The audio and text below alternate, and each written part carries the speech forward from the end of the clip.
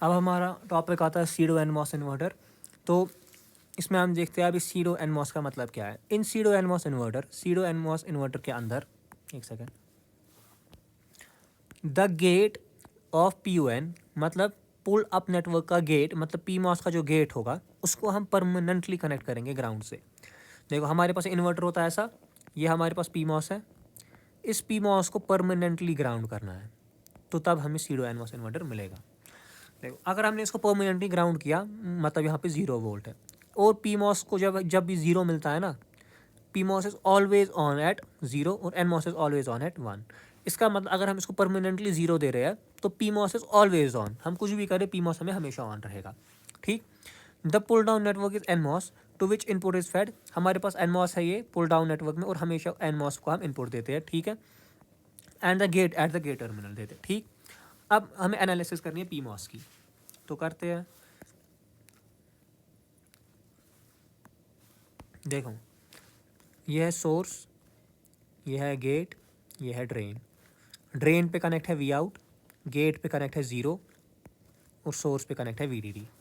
तो VGS किसके बराबर आएगा? VGSP होगा VG माइनस VS। VG कितना है 0, VS कितना है VDD। VG है 0, VS है VDD यहाँ पे। Okay got it. ठीक। देयरफॉर अब देखो, जो PMOS कब ऑन होता है? अगर VGS VTP से छोटा है। VTP होता है हमेशा -1। ठीक। यहाँ ये बोल रहा है जो VGSP है वो हमेशा माइनस VDD आता है, और VDD क्या होता है? हमेशा 5।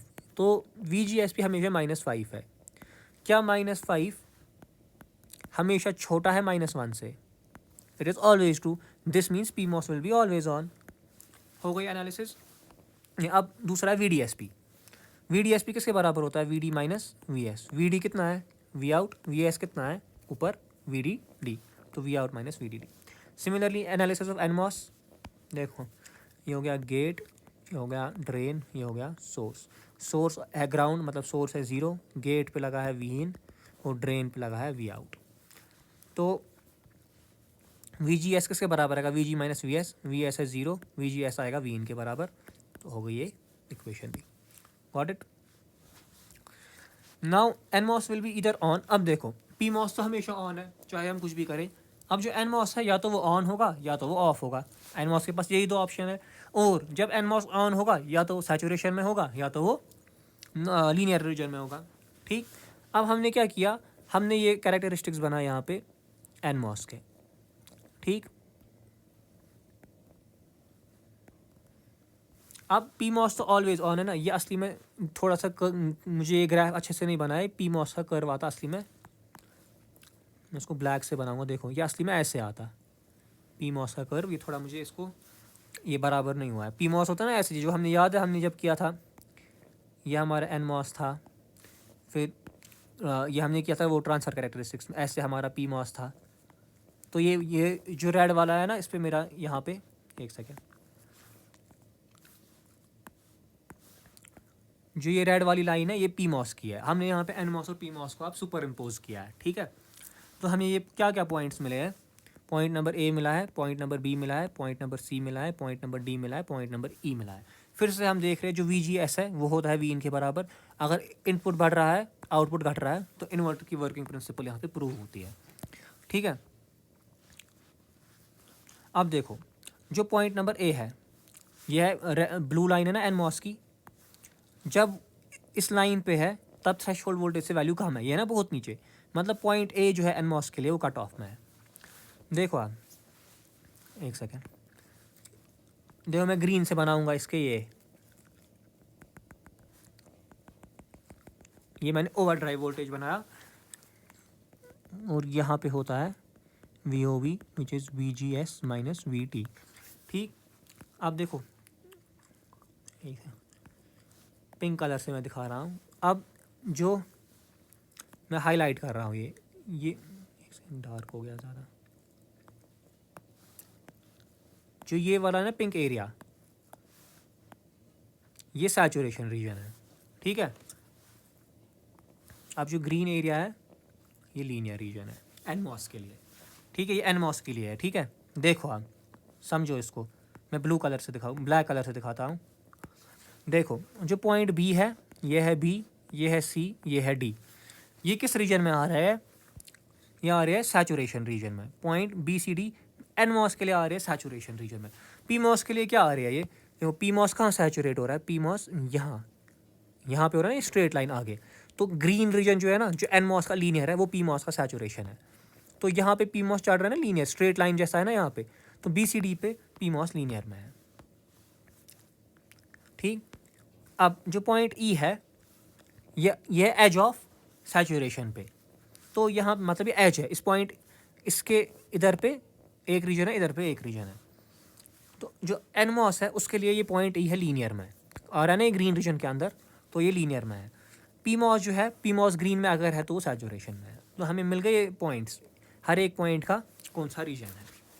अब हमारे पास दो केस है, एन मॉस या तो ऑन है या तो ऑफ है। ऑफ कब होगा? अगर इनपुट थ्रेशोल्ड वोल्टेज से कम है, तो यहाँ पे एन मॉस ऑफ है। तो N MOS is off and no current will be, ये क्या लिखा है मैंने, ड्राइव्ड, ये no current will be drived. तो hence V out will remain high. क्यों रहेगा वी आउट हाई? देखो एन मॉस हो गया ऑफ, कट ऑफ हो गया, ये V D D, P MOS तो ऑलवेज ऑन है, डायरेक्ट मिल गया वी आउट से, तो V D D is latch to we out, तो आउटपुट इज ऑलवेज हाई। ठीक है। फिर दूसरा केस है, जब वी इन जो है वो ग्रेटर देन थ्रेशोल्ड है। इसका मतलब क्या हुआ? ग्रेटर देन थ्रेशोल्ड का मतलब कि डिवाइस मेरा ऑन है। ठीक, now as input starts increasing, current crosses V T N. ठीक, एक टाइम आएगा कि थ्रेशोल्ड वोल्टेज क्रॉस हो जाएगा, एन मॉस ऑन हो जाएगा। अब हमें पता है the region B C D is, तो जैसे ही ऑन हो गया कौन सा रीजन आएगा? देखो यहाँ पे ऑफ था, यहाँ ऑन हो गया ना, तो बी सी डी आ गया रीजन। तो वो बी सी डी रीजन कौन सा है? B C D region is encountered, NMOS will be in saturation and V out starts to decrease. ठीक, वी आउट कैसे डिक्रीज होगा? पहले था बी पे, फिर चला गया पीछे, फिर सी पे, फिर चला गया पीछे, तो आउटपुट तो डिक्रीज हो रहा है। और हम एन मॉस के सैचुरेशन रीजन में है, और पी मॉस इस टाइम किस रीजन में है? लीनियर रीजन में है। ये हमने अभी देखा था ना बी सी डी पे, देखो ये यहाँ पे बी सी डी पे एन मॉस सैचुरेशन में है, पी मॉस लीनियर में है। अब हमें सैचुरेशन की करंट भी पता है। सैचुरेशन में करंट किसके बराबर होती है? Beta N by two V G S minus V T N का स्क्वायर। ठीक, ये तो ये हो गई एन मॉस की करंट। अब वी जी एस एन हमने अभी देखा था किसके बराबर है? वी इन के बराबर, वी टी एन हो गया वी टी एन ई, तो ये आ गई पहली इक्वेशन। ठीक, अब पी मॉस के लिए करंट क्या होगी? लीनियर में होगा करंट, वो कितना होगा? लीनियर की करंट कितनी होती है? Beta P V G S minus V T into V D S minus V D S square by two. तो अब हमने फिर से अभी ऊपर एनालिसिस की थी ना, वी डी एस आया था इसके बराबर, वी जी एस आया था इसके बराबर, ये वैल्यूज़ हम यहाँ पे पुट करेंगे, वहाँ से हमें ये आएगा। ये हो गई हमारी इक्वेशन नंबर 2। ठीक, अब देखो यहाँ ये पी मॉस, ये एन मॉस, ये आपस में क्या लगे हैं? सीरीज़ में। तो जो पी मॉस से करंट होगी वही एन मॉस से करंट होगी, तो current through both the devices will be same. तो I D S N will be equal to I D S P.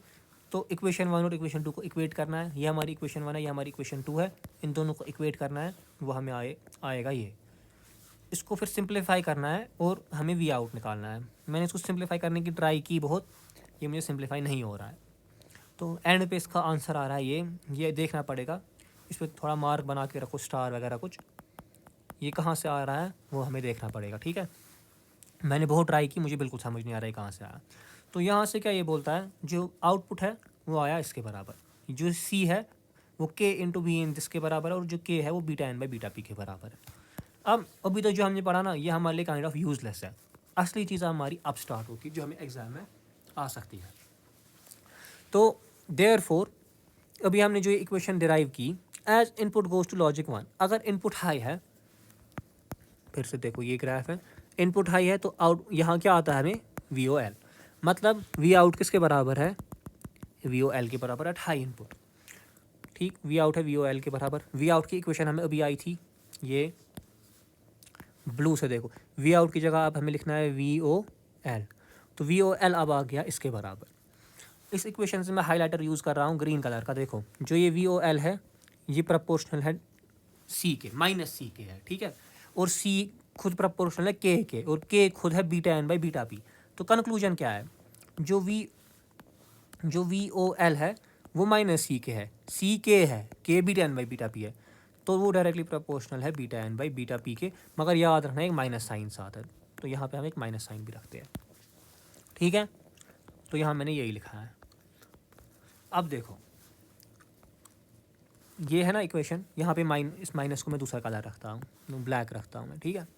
अगर beta N by beta P बढ़ गया, ये माइनस ज़्यादा बढ़ गया, मतलब एक नेगेटिव वैल्यू, फॉर एग्जाम्पल -1, मैं -1 को बढ़ाऊंगा बनेगा -2, ये और नेगेटिव होगा ना, तो ये नेगेटिव नेगेटिव होता जा रहा है, तो ये घटता जाएगा।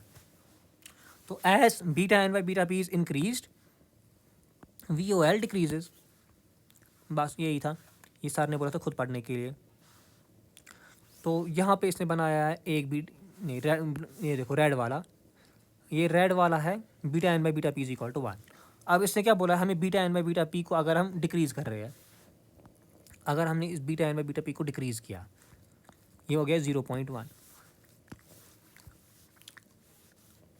अगर इसको हम डिक्रीज कर रहे हैं, मतलब -1 था, 0 हो गया, फिर 1 हो जाएगा, फिर 2 हो रहा है ना नीचे नीचे, तो ये वी ओ एल इंक्रीज होगा।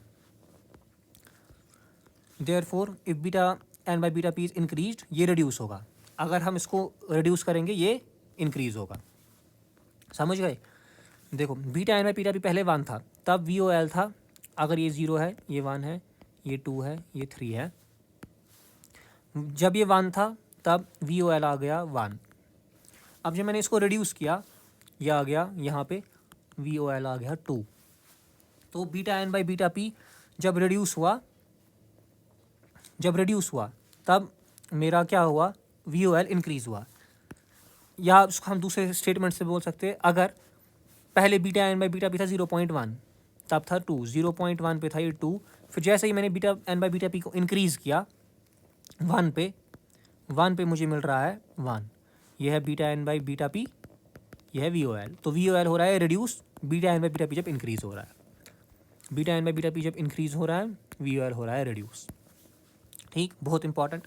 अब मगर इसमें कुछ प्रॉब्लम है। वो प्रॉब्लम क्या है, अगर हम beta N by beta P को इंक्रीज़ करते हैं ना, जो हमारा सर्किट का राइज एंड फॉल टाइम होता है ना, वो भी हमें पता है। राइज टाइम, जब हमने फॉल टाइम की डेरिवेशन की थी ना, लास्ट में हमें आता था बीटा एन। जब हम राइज टाइम पे पहुंचे थे, मैंने कहा था बीटा एन को रिप्लेस करो पी से, तो ये फॉल टाइम और राइज टाइम में बीटा एन और बीटा पी आता है। तो अगर हम इस beta N by beta P को अब इंक्रीज़ कर रहे हैं ना, तो हमारा राइज टाइम है ना वो इंक्रीज़ हो जाएगा, जो हम नहीं चाहते हैं। तो इसीलिए वहाँ पे एक ट्रेड ऑफ हो जाता है बिटवीन वी ओ एल और राइज टाइम, या फॉल टाइम भी बोल सकते हैं। देयरफॉर अब beta N by beta P खुद किस पे डिपेंड करता है, mu N C ox W by L, W N by L N divided by mu P C ox W P by L P. तो म्यू तो mobility है, इसका हम कुछ नहीं कर सकते, ये तो ऑक्साइड कैपेसिटेंस है, ये तो फिक्स्ड होती है। हम चेंज क्या कर सकते हैं, सिर्फ ये चीज़, और ये चीज़, इस चीज़ को क्या बोलते हैं, एस्पेक्ट रेशियो। तो इसीलिए एक proper choice of aspect ratio is critical for the design. तो इसको हम बोलते हैं हमारा सीरो एनमॉस इन्वर्टर। तो इसमें एग्जाम में क्वेश्चन आ सकता है, बहुत प्रोबेबिलिटी है इससे क्वेश्चन आने की, कि सीरो एनमॉस इन्वर्टर क्या होता है, और एक्सप्लेन वी ओ एल कैसे डिपेंड करता है beta N by beta P पे। ये बहुत इंपॉर्टेंट है, beta N by beta P पे कैसे डिपेंड करता है। ठीक है, थैंक यू।